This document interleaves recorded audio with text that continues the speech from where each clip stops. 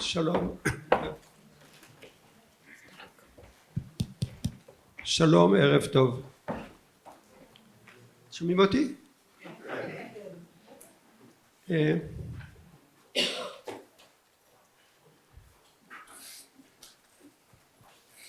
When the state of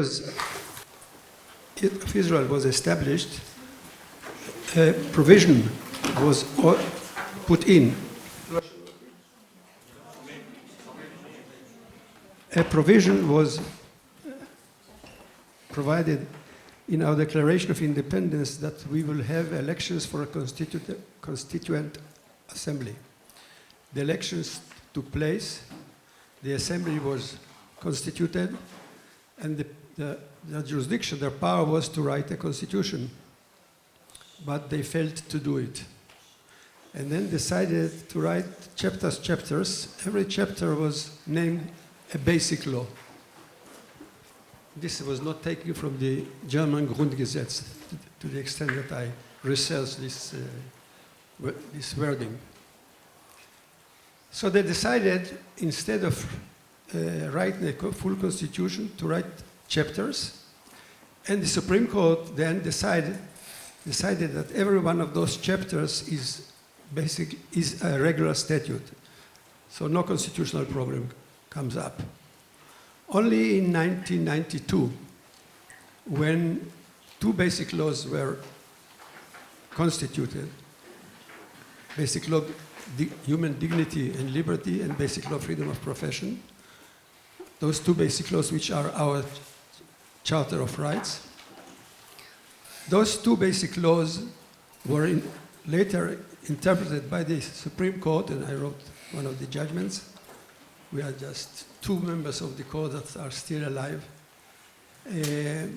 saying that those two basic laws, and then I continued, and all other basic laws, are our Constitution. So you can see we are a constitutional infant.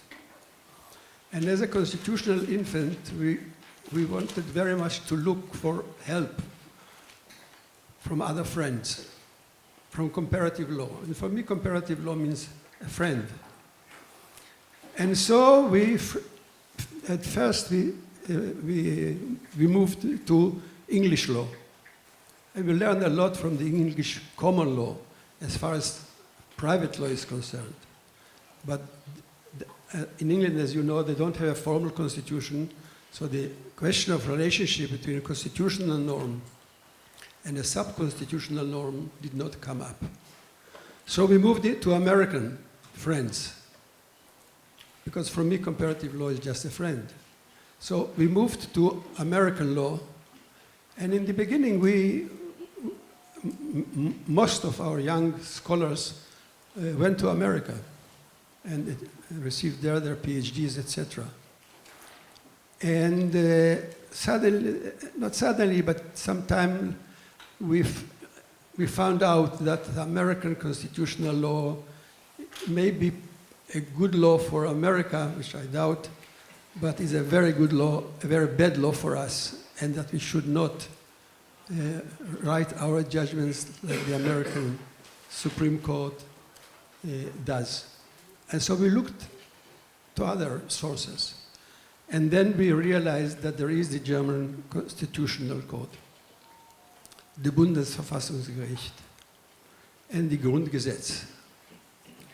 And I'll tell you my own perspective. I was amazed by the methodology of the court and by the deepness of the literature in Germany. But of course, in the first years, to refer to German sources was impossible because of the Holocaust. I, as a Holocaust survivor, didn't have any problem with that. But the public had problems with that, and so we did not refer to it. But then a very important case was decided by the Israeli Supreme Court. And this case is called the Yardor case, and it was in 1965.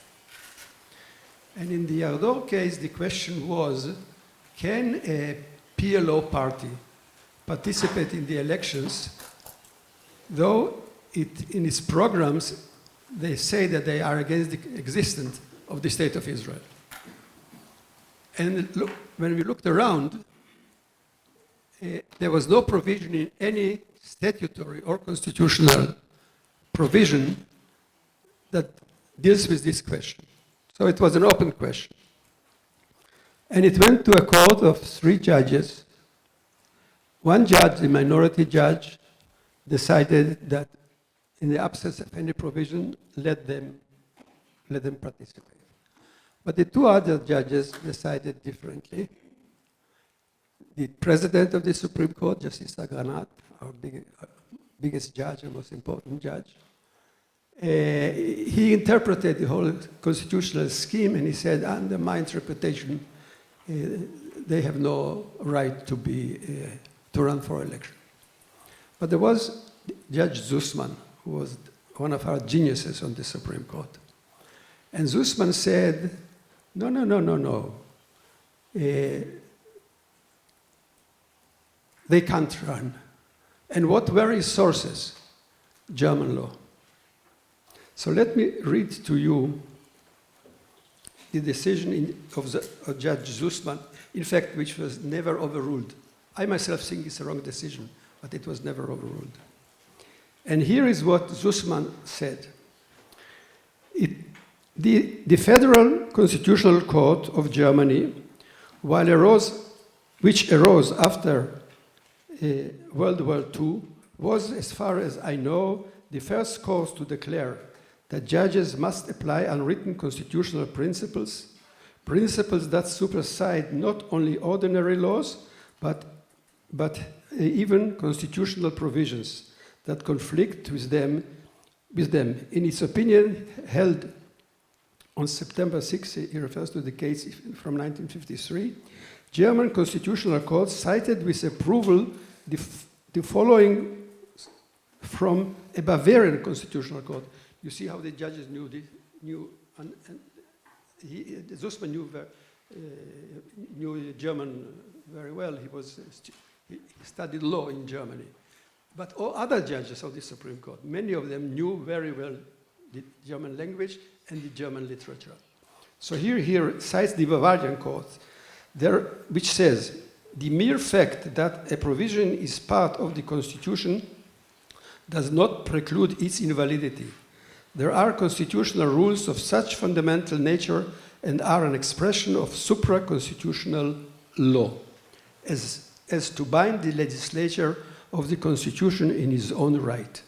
And then Judge Zussman continues, if that is the case in a country with a written constitution, then all the more so in a country like ours, which lacks one. These fundamental super-constitutional rules, as relevant to our case, are nothing but the organized society's right to self-defense. Whether we call these principles natural law or whether we call them by any other name, I share the view that the lessons of history compel us not to repeat the same mistake we have all witnessed. The German Constitutional Court, in discussing the legality of political parties, so you know this case, invoked that concept of militant democracy, one that does not open its gates to subversion discussed in legitimate parliamentary activity. As for Israel, I am personally content with the notion of a defensive democracy, which has the means to protect the state's existence, even if those means are not expressly detailed in the Knesset election law. You can see this decision of the Yardor case opened a door to the German constitutional law. Footnote, the door to German private law was opened even earlier. The BGB was known very well by our scholars here in Israel, and the idea of Trau und Glauben, Article 242 of the BGB, was repeated in one of our statutes, and now is the binding norm in the relationship between individuals. But as far as the relationship between the individual and the state is concerned, the Yardor case opened the door. Now there is already legislation which this government wants even to make more strict, but that's another problem. So I myself, in my writings and in my thinking, made many references to German constitutional law. And by my judgments, I think also the other judges of the Supreme Court and other courts are quite knowledgeable about the German rules. Apropos, I created a small group of experts to come here to Israel, and we were sitting together, and we went from one court to another court just to explain this, our constitutional scheme. Because as I told you, we were infants.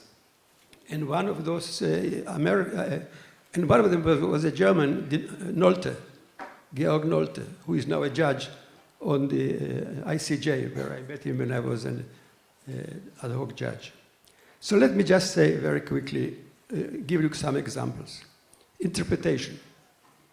The theory of interpretation the court used was basically intent of the legislature, but we never looked at the intent.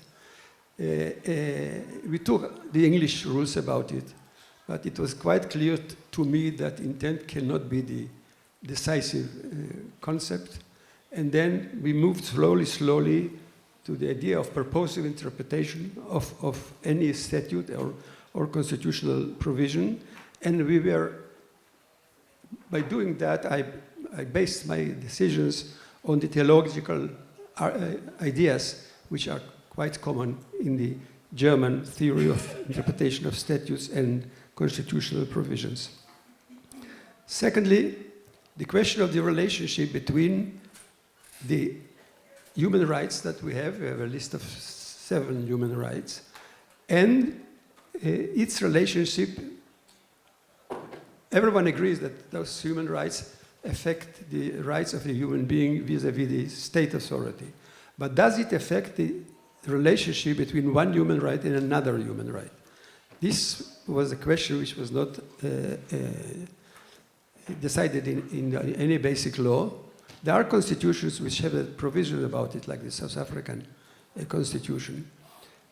So the question came before us, and I went very carefully into all the materials, and I found out that the most interesting, the most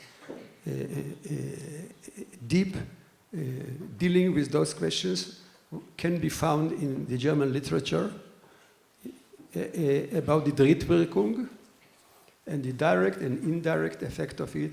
And so the whole German theory of constitutional law dealing with Drittwirkung was accepted by us at the Supreme Court. Human dignity. The statute, our basic Bill of Rights statute says human dignity. Where does human dignity come from? From Germany. Article 1. And this is clear from the works of Parliament. This wording was put by a committee of Parliament, which was chaired by a retired judge of the Supreme Court, Benjamin Levy, who was from Germany, and knew Germany quite well. And he used the word Kvod Adam, human dignity, and this, by using it, he said, I mean by it what the German Grundgesetz is using human dignity, Menschenwürde. However, and I took it very, very, very seriously, and from this idea of human dignity, I gave the content of human dignity as I, in my judgments, wrote, means that every human being has the right to his autonomy, his right to write his own story of his life. Basically, relying on Article 2 of the Grundgesetz. But I said we cannot go fully with the German idea of human dignity, because the German idea of human dignity makes it a very, very strong constitutional right. It is absolute right, no limitation clause will apply, and it is an eternal right. No amendment can affect it. Our dignity is a regular statutory right, a constitutional right. It is a limited right, and it's not an eternal right. So I made all the necessary amendments that were needed to give to our dignity a much more scope than is given by now, until now, and now in the German constitutional law. Let me mention proportionality. Now, we have provision about proportionality, and our provision was taken almost verbatim from the Canadian Charter of Human Rights. But the Canadian Charter of Human Rights, when it was construed by the Canadian Supreme Court, they decided that this, and in Canadian, the word proportionality doesn't appear. In our text, it appears. They said this means proportionality. Where have they taken it from? And I had to write a whole, and they didn't know about it in Canada. I had to write a whole article in one of the Canadian law reviews saying, look, Mr. Dixon, who was the president of the Canadian Supreme Court, he just copied it from the Germans, from the German literature. Though in Germany itself, the German Grundgesetz doesn't have a provision about proportionality, but it derives it from the idea of the rule of law, of the Rechtsstaat. And so there is a direct connection between us and the German idea of proportionality, which of course started in Prussia in the 19th century. And I wrote a book about it. And in my book, in Hebrew, and then I translated it into English, but I was not sure about my book. Does it make sense? So I asked Matthias Kuhn, my friend, read my book on proportionality and tell me, should I publish it? And he wrote about it, he had his remarks, he said, yeah, I can do it, go ahead. And I published the book. So here is my gratitude to Matthias Kuhn, that my friend Matthias Kuhn, that because of him I was able not to publish this book in English, and it was later published translated into other languages. It's quite common now, also in Spanish, etc. I'm finishing. I want just to make one remark. The German Constitutional Court is a very strong court. I think it's the strongest court in Europe, maybe in the world. Many democracies refer to the German Constitutional Court for advice and for comparative law. But let me tell to all the judges of the German Constitutional Court, and I know some of them. Dieter Grimm was here several times. If judges will not protect democracy, democracy will not protect the judges. I see it, the main role of judges all over the world, and mainly the German Constitutional Court, to protect our democracy. They should, in one of my judgments I wrote, when I sit on trial, I myself stand on trial. They should realize that all of them now stand on trial.